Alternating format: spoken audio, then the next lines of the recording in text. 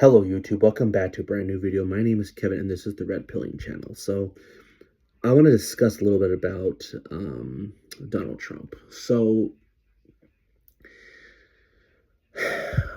the main point of this video is Donald Trump betraying his base? Is there a huge revulsion of Trump? Are voters fleeing his coalition breaking apart? And it's hard to say for sure. We won't really know until after the midterms, but I hope things can get turned around. I hope even the pollsters I respect, I hope they're all wrong for what they're seeing, but the polls don't look very good right now for Republicans. And the Republican Congress is not really helping or even giving any indication they even want to win. They seem like they're fine handling power to the Democrats to stop Trump because they don't want to win with him. They'd rather lose than win. And so you know if the risk is if and I hear the Senate's not looking good because if he loses control, Trump could be impeached and possibly removed,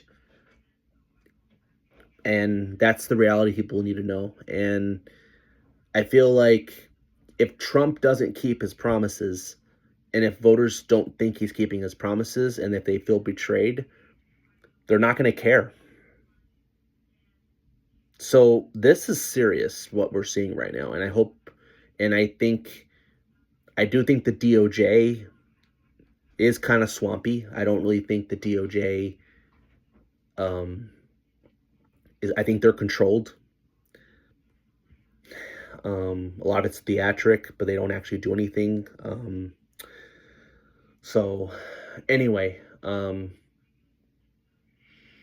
here's the thing: is Donald Trump betraying his base? Here's the thing: Donald Trump has promoted great policy proposals. He has. I'm calling Congress to pass these things. He's even called them to nuke the filibuster, to pass the SAVE Act because we need secure elections. Hate to say it, but I don't think the states are capable of controlling elections anymore. There's too much corruption, and especially in federal races and presidential elections, we cannot have states just having so insecure elections. We have this question is, did Democrats really win or not? The thing is, it's about Democrats. It's making sure that the people who vote elect the person they believe is best to lead the country. And right now we don't have that. So I think it's necessary. And if we pass that, it increases our chances. And if we could do that, we can also codify things, and that could help Trump's image better. The problem is, how late is it? A little too late now because we have less than a year now. I think we have let's see, it's February, like 9 months till the election. I mean, even if we nuke the filibuster, how much stuff can we accomplish?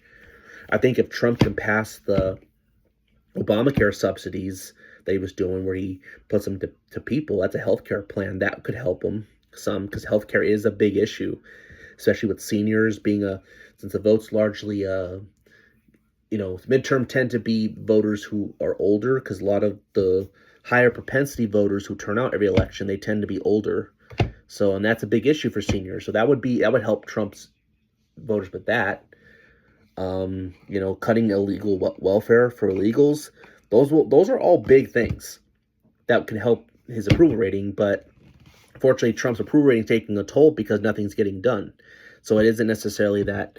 It's not necessarily that Democrats are that suddenly they want to vote left. It's because things aren't getting done and people are impatient.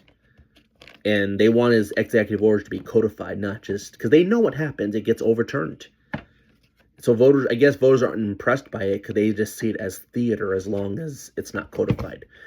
So I guess because here's the thing, Dems are going to nuke the filibuster anyways. So you might as well just go on offense for once and get things passed.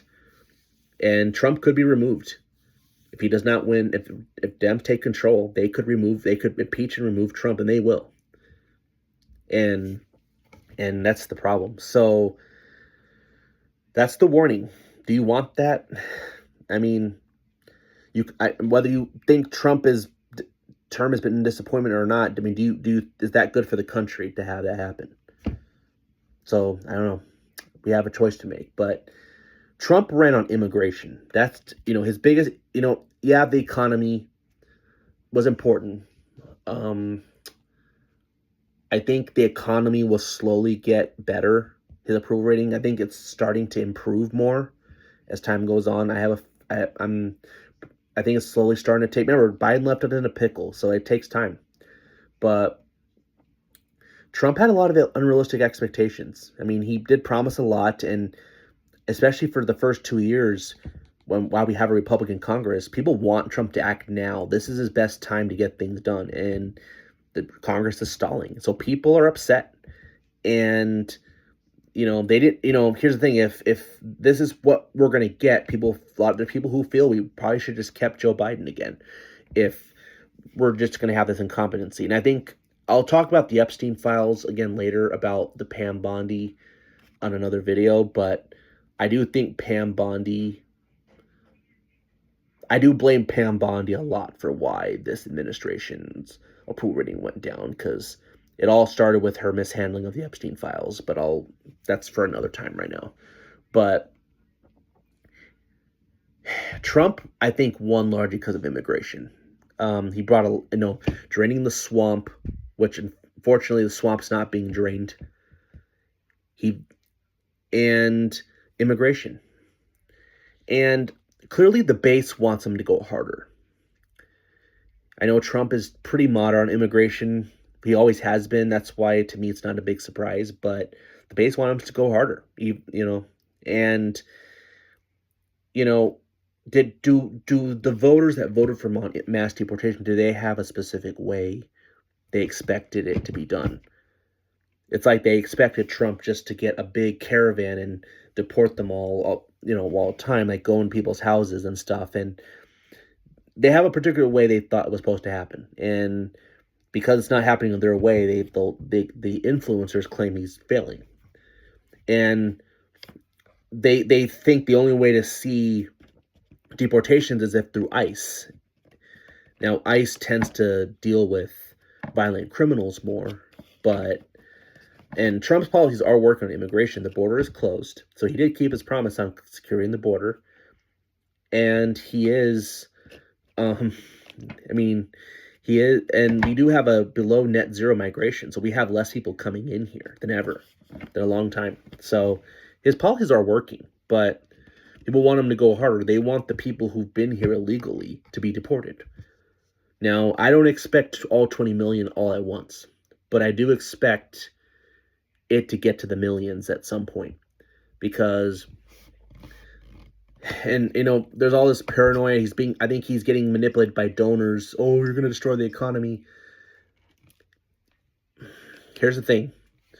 Protecting our sovereignty and our nation and our culture is more important than this economic zone, and I think even more important than the economy, because their view of an economy, a lot of these special interest donors, their version of economy is not the interest of America, okay? Because they want mass migration because it's cheap labor, and it's slave-like labor, and that's what they want. So, and it only helps them, the rich guy, not the middle class. So this idea that even if they did deport millions and it hurt the economy, well, guess what? Hire Americans and you'll get your profits. I guess they get less profits with Americans because there's the tax stuff, there's different things they have when you're hiring Americans. Boo-hoo. Boo-hoo. It's a win for America. So, and the other risk you do is if you don't deport mass deportations, you do risk amnesty.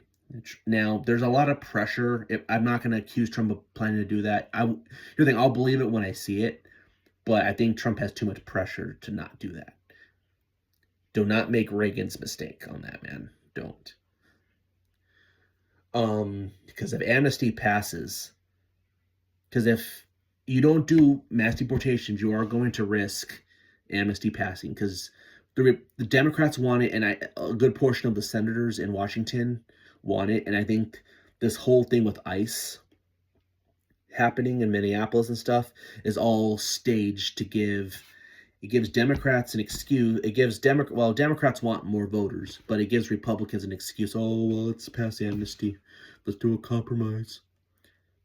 And guess what? Well, Republicans will basically be sacrificing them winning because the Arizona, North Carolina, Georgia, and even at Texas are at risk of going blue because of it.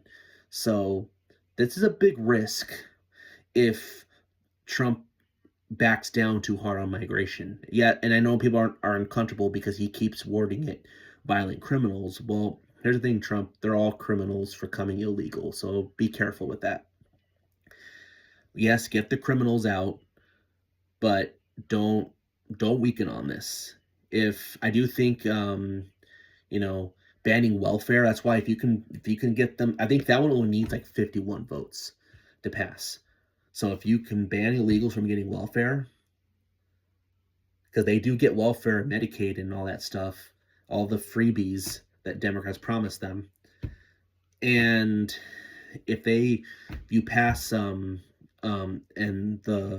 this one I'm not too confident because, but if they agree with Trump about birthright citizenship, you're going to see a lot of self-deportations. The no welfare, they go back because they only came here because they felt they could just live off the government. So the ones who don't want to assimilate will go back.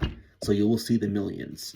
But we do need to have ICE force them to, because I think we need both. So that's my thoughts on that. So I don't know. But I do think the GOP is trying to sink the midterms just because they hate Trump more than its base. And yeah, so it just sometimes Trump comes off as too nice, and I don't know, he primaries the wrong people. I'm sorry, but I'm gonna be making a video on Thomas Massie, but